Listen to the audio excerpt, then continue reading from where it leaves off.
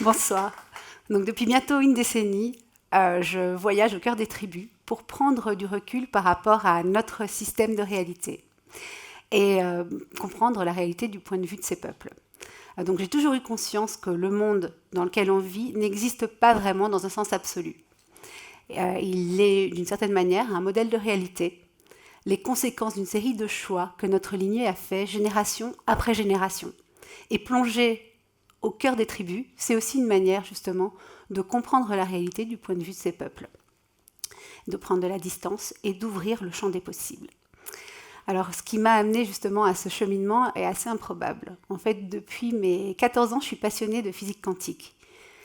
Et c'est la physique quantique qui m'a amenée en Amazonie. Et en fait, ce qui m'a toujours passionnée avec la physique quantique, c'est justement le fait de raconter ou de décrire de façon rationnelle une réalité qui ne correspond pas du tout à notre culture, à notre ressenti. Par exemple, en physique quantique, le temps linéaire comme on le perçoit n'existe pas. Le temps est en fait... le passé, le présent et le futur coexistent. Tout ce qui nous entoure, y compris notre propre corps, est principalement composé de vide. Et tout est interconnecté au niveau fondamental. Donc ces concepts sont complètement contre-intuitifs dans notre culture et dans notre société. Et en même temps, moi, c'était justement ce qui m'intéressait, c'était de partager cette autre manière dont on peut percevoir la réalité à travers mes œuvres d'art. Mais l'accès que j'y avais à travers les livres, à travers les formules mathématiques, restait très intellectuel, très cérébral. Et donc, du coup, à mon sens, l'art que je produisais restait aussi froid et cérébral, très intellectuel et théorique. Et à un moment, j'ai eu envie de percevoir cette réalité par le vécu, par le ressenti. Et quand j'ai compris que les populations les plus ancestrales vivaient dans une réalité faite de mondes visibles et invisibles, qui était plus immatérielle que matérielle, et qui était d'une certaine façon bien plus compatible avec la définition faite de la réalité par la physique quantique, j'ai tout de suite voulu y aller. Donc c'est comme ça que mon voyage a démarré.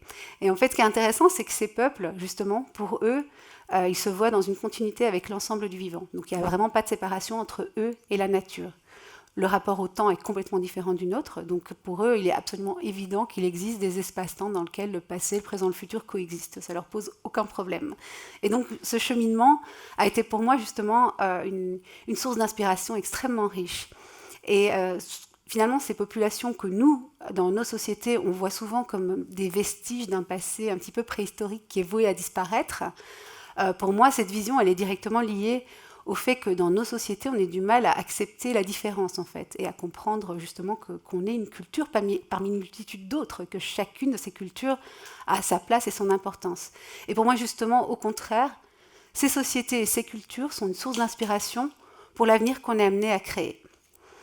Donc, dans un de mes tout premiers voyages en Amazonie, après 6 jours de voyage, 5 avions, dont un avion taxi, 2 jours de pirogue, donc c'est vraiment au bout du monde, je suis arrivée dans un petit village au fin fond de l'Amazonie, sans eau, sans électricité, sans téléphone, sans internet, sans toilette, sans salle de bain. J'ai installé mon hamac dans la case collective, et puis je suis allée me baigner, me laver dans la rivière. Et je suis revenue. Je me suis installée dans mon hamac, mais je me suis trompée de hamac. Et en fait, je me suis assise sur quelqu'un. Et ce quelqu'un, c'était Iban.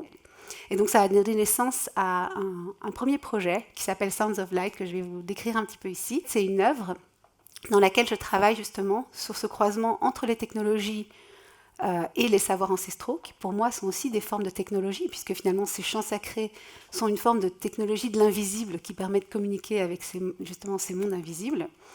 Et donc, je fais ce croisement entre ces deux mondes. Donc, ce que vous allez voir, c'est du coup, en fait, une installation qui se déploie dans un bassin qui est rempli d'eau. Donc, il y a du son sur cette vidéo. Le son, donc le chant sacré, vient structurer en fait des vibrations à la surface de l'eau. C'est ce qu'on appelle la cymatique. La cymatique, c'est les sciences qui étudient les formes générées par le son dans la matière. L'idée, c'est de donner à voir toute l'énergie qui émerge de ce chant. Et ce chant est un soin. Et en fait, l'idée, c'est justement comme notre corps est composé à 70% d'eau, ce qu'on voit à la surface de l'eau, c'est l'écho de ce qui se passe dans notre propre corps quand on entend ces chants qui sont des soins. Donc l'idée, voilà, encore une fois, c'est dépasser notre première perception de ce qu'est un chant. Et ensuite, en fait, j'analyse l'activité cérébrale du chaman quand il chante, du coup, de façon à identifier aussi ses émotions. Et ces émotions viennent se superposer à ces vibrations physiques donc, qui émergent à la surface de l'eau. Donc d'un coup, à travers l'œuvre, on voit les émotions, on voit l'énergie, on voit les vibrations qui émergent directement de ce champ. Et ce qui m'intéresse, c'est justement utiliser les outils technologiques pour donner à voir cet invisible. Et cet invisible est directement lié à ces chants, puisque ces chants sont chantés dans des rituels chamaniques, et ils amènent des visions en fait, qui sont de l'ordre de la synesthésie. C'est-à-dire que ces chants deviennent des couleurs, des vibrations, des émotions, des formes, des visions. Et c'est un peu justement ce que j'ai voulu retransmettre à travers des outils technologiques. Et ce travail, c'est une vraie collaboration, parce qu'en fait, j'ai invité aussi les Indiens de la tribu à peindre ces mêmes chants, donc à faire ce même travail qui, justement, donne à voir l'invisible, mais eux le font à travers la peinture. Et donc, ils peignent des fresques, là, vous en voyez quelques-unes, et je vais vous en montrer une après. Et en fait, ces fresques sont assez incroyables, parce qu'elles permettent justement de donner à voir tout l'imaginaire qui est lié à ces chants. Donc, en fait, on voit les esprits dont ils parlent, les histoires et les racines dans lesquelles vont plonger justement toutes ces connaissances. Et du coup, ça permet justement d'avoir des sortes de traductions visuelles de ces chants sacrés qui sont en fait secrets à la base et auxquels on n'aurait absolument pas accès s'ils ne faisaient pas ces traductions visuelles qui sont des visions poétiques, vibrantes et complètement, comment dire, pleines d'énergie finalement de tout ce monde imaginaire dans lequel ils évoluent. Voilà, ben là vous en voyez une. En fait, en ce moment, ils sont à Lille avec moi parce qu'on expose jusqu'au 28 juillet. Donc le 4 juillet, je repars avec eux en Amazonie. Mais du coup, c'est une vraie expérience incroyable pour eux. Et ce que je voulais raconter, c'est que justement, dans notre collaboration, la toute première fois qu'on a exposé ensemble dans une grosse exposition, je leur ai fait faire une grande fresque comme cette fois-ci. Et on a eu la chance de les d'échanger la grande fresque contre des terres. Donc grâce à leur art, maintenant, ils ont des terres supplémentaires. Et ce qui est intéressant, c'est qu'en fait, quand ils sont revenus dans leur communauté, ça a donné aussi un message extrêmement important. Parce que ces sociétés-là se voient aussi par rapport à ce que nous, on leur renvoie, c'est-à-dire que d'une certaine façon, on leur fait croire que finalement, leur culture sont des vestiges du passé, et donc ils ont du mal à se projeter dans un avenir qui intègre leur culture. Et ce qui m'intéresse, c'est justement ça, de voir la valeur de la différence et voir à quel point leur culture et leur différence est au contraire une vraie source de richesse. Et donc c'est ce qui est symbolisé à travers ce projet. Cette idée justement qu'à travers leur art et leur culture et le fait qu'ils aient la capacité de la réinterpréter et de la partager, en fait, grâce à ça, ils ont acheté des terres. Et donc du coup, ça donne le signal collectivement à l'ensemble de la tribu que leur culture et leur différence a de la valeur et que chacun peut se projeter dans un avenir qui intègre ça. Et ça a eu beaucoup d'impact depuis 2011 dans la tribu, et les jeunes de la tribu ont commencé à peindre, à s'intéresser à nouveau à leur chant, à leur culture. Et donc maintenant, il y a plein de groupes de dessinateurs de la tribu Hunikuin, donc ça devient une vraie expérience intéressante. Et ce que moi j'espère, c'est justement que ces populations ne perdront pas leur langue et leur culture. Parce qu'aujourd'hui, dans le monde, toutes les 2 semaines, on perd une langue. Et des 6000 langues qui sont encore parlées aujourd'hui, 50% ne sont plus enseignées aux enfants. Et ce qu'il faut savoir, c'est qu'une langue, c'est comme un écosystème de la pensée. Chaque langue contient des cosmogonies, des croyances, des connaissances sur les plantes médicinales, des connaissances sur les territoires et toute une série d'autres connaissances auxquelles on n'a absolument pas accès. Donc c'est d'une certaine façon une vraie tragédie. Et de la même manière qu'aujourd'hui la biodiversité et la monoculture s'appauvrissent et se fragilisent, la diversité culturelle humaine s'appauvrit énormément. Et la principale raison pour laquelle elle s'appauvrit, c'est que justement le regard que nous on en fait projette l'obligation finalement pour ces populations de parler nos langues, de se conformer à notre culture, et au final progressivement d'abandonner leurs racines et leur culture, et leur langue évidemment en particulier, ce qui fait que d'un coup, culturellement on s'appauvrit et on appauvrit d'une certaine façon toute l'humanité. Donc je pense que c'est aussi important aujourd'hui de stopper, on va dire, cette réaction en chaîne qui, si on ne fait rien, va amener à une perte totale de diversité culturelle qui sera d'une grande tristesse, je pense. Et ce qui est important aussi, c'est justement comprendre que dans la communauté Hunikuin, donc la tribu dans laquelle je vais, la richesse ne se mesure pas en fonction de la quantité de biens que chacun possède. En fait, elle se mesure en fonction des relations que chacun entretient avec les membres de la tribu. Et en fait, ça se passe de cette manière-là parce que, d'une certaine façon, s'ils ne prennent pas soin les uns des autres et s'ils n'ont pas ce sens collectif, tout le monde peut mourir. Donc cette société fonctionne de manière collective, à petite échelle. Il dépasse rarement 100 individus. Et je vais commencer à vous montrer des images, parce que j'avais prévu des images, mais je ne les ai pas encore passées. Ils fonctionnent donc à une petite échelle, et personne n'est perçu comme une charge. C'est-à-dire que, par exemple, ils sont confrontés aux mêmes problématiques que nous. Ils ont des enfants, ils s'occupent des anciens, ils sont confrontés à la maladie, mais quand ils sont justement confrontés à ces problématiques, ils ne vont pas déléguer ces problèmes, on va dire, à des infrastructures d'État. Ils n'ont pas de maison de retraite, ils n'ont pas d'hôpitaux psychiatriques. C'est collectivement qu'ils répondent à ces problématiques, parce que chaque personne, chaque membre de la tribu a sa place au sein de la communauté, quelle que soit sa différence. Et ça, je pense que c'est un élément qui est extrêmement important. Il n'y a pas, comment dire, l'autre n'est jamais une charge. Je connais sur place, par exemple, une vieille dame qui a 107 ans. Malheureusement, je ne vous ai pas mis d'image, mais je pense que ça aurait pu être intéressant, parce qu'elle est assez incroyable, elle est encore très active. Mais voilà, elle n'est pas du tout mise à l'écart, elle fait entièrement partie de la communauté. Et justement, un jour, quand j'ai emmené les membres de la tribu, enfin 3 d'entre eux, à São Paulo pour une exposition qu'on avait ensemble, une personne a demandé à l'un d'entre eux combien d'enfants il avait.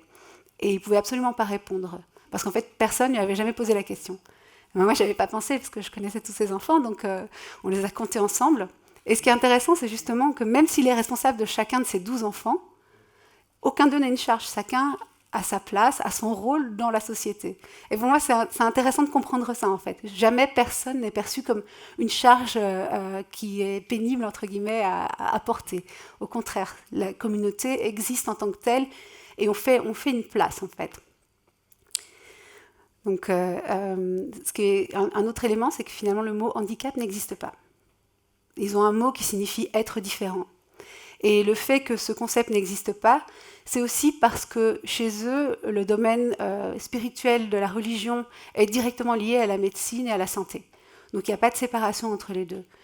Donc du coup, les personnes qui sont différentes, encore une fois, ne sont pas prises en charge par un domaine qui est dissocié finalement de la culture de la communauté. C'est intégré, justement, en général, c'est le chaman aussi qui va commencer à accompagner ces personnes. Et donc les Amérindiens qui sont handicapés sont très très peu stigmatisés. Ils sont reconnus comme une chance aussi pour la communauté. Ils sont des sortes de cadeaux qui sont faits par cette différence, en fait. Donc ils célèbrent aussi cette différence parce qu'elle dynamise l'ensemble du groupe, l'ensemble de la communauté, ceux qui ne sont pas différents. Et d'une certaine façon, dans cette société, la normalité n'existe pas. C'est-à-dire qu'on ne doit pas se conformer pour ressembler aux autres. Parce qu'en fait, il n'y a pas de bon comportement, il n'y a pas de manière d'être qui correspondrait à la normalité. Comme eux se voient dans une continuité avec la nature et que la nature est en équilibre permanent, pour eux, la normalité, c'est un peu la même chose. C'est en fait un processus qui retrouve en permanence un équilibre et qui, du coup, est en processus d'évolution permanente et qui, du coup, laisse aussi une place à la différence. Parce que ça fait partie des déséquilibres auxquels on fait face, auxquels la nature fait face et que, finalement, la nature va toujours trouver une forme d'équilibre. Donc, je connais sur place, en fait, une jeune fille qui est sourde et muette. Et quand en fait, Fatia m'a parlé du sujet, je cherchais quelles étaient les personnes que j'avais rencontrées sur place et qui étaient handicapées. Et personne ne me venait à l'esprit.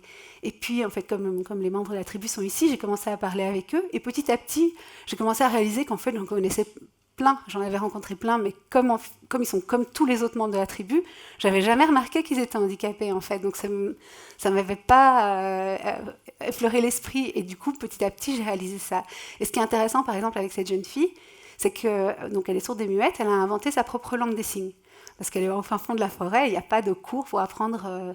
Donc, elle, spontanément, en fait, elle a un nom pour chacun, elle a des gestes, tous les membres de sa communauté la comprennent, en fait. Et c'est loin d'être simple, mais ce qui est certain, c'est qu'elle a complètement sa place au sein de la communauté. Elle est complètement intégrée et c'est, on va dire, un non-sujet, en fait. Donc, ça, c'est encore une fois intéressant de voir à quel point la façon dont on traite justement ces personnes qui sont différentes est mise en place justement dans ces communautés de façon complètement naturelle et dans laquelle chacun trouve sa place dans la communauté puisqu'il s'agit de groupes qui sont très connectés les uns aux autres. Donc dans nos sociétés, on a tendance à ne pas nous voir pour ce qu'on est vraiment, c'est-à-dire une culture. Et donc il en existe plein d'autres. Et cette culture, elle a été façonnée, toute l'économie dans laquelle on vit, toutes les règles auxquelles on répond correspondent à des choix qui ont été faits par nos ancêtres et qui petit à petit ont façonné notre identité et notre culture. Et en général, on ne voit pas la réalité tout à fait comme ça. On a plutôt tendance à imaginer qu'on est culturellement le sens de l'histoire de l'évolution humaine. On oublie, encore une fois, de regarder dans un sens beaucoup plus large d'où on vient et d'où on parle, en fait. Et on a tendance à voir les autres cultures comme des cultures qui sont très belles, qui sont exotiques, mais qui sont inévitablement vouées à disparaître, comme par des lois naturelles. Comme si elles étaient des échecs à être modernes, comme si elles étaient des échecs à devenir nous. Et en fait, cette vision, pour moi, elle est complètement fausse. C'est-à-dire que c'est loin d'être la réalité. Pour moi, chacune de ces cultures, c'est, toute une manière d'être, une manière de penser, une manière de se penser par rapport à la nature, par rapport à l'environnement. Et finalement, ces différentes cultures répondent chacune d'une manière complètement unique à une question fondamentale qui est « qu'est-ce qu'un être humain ?»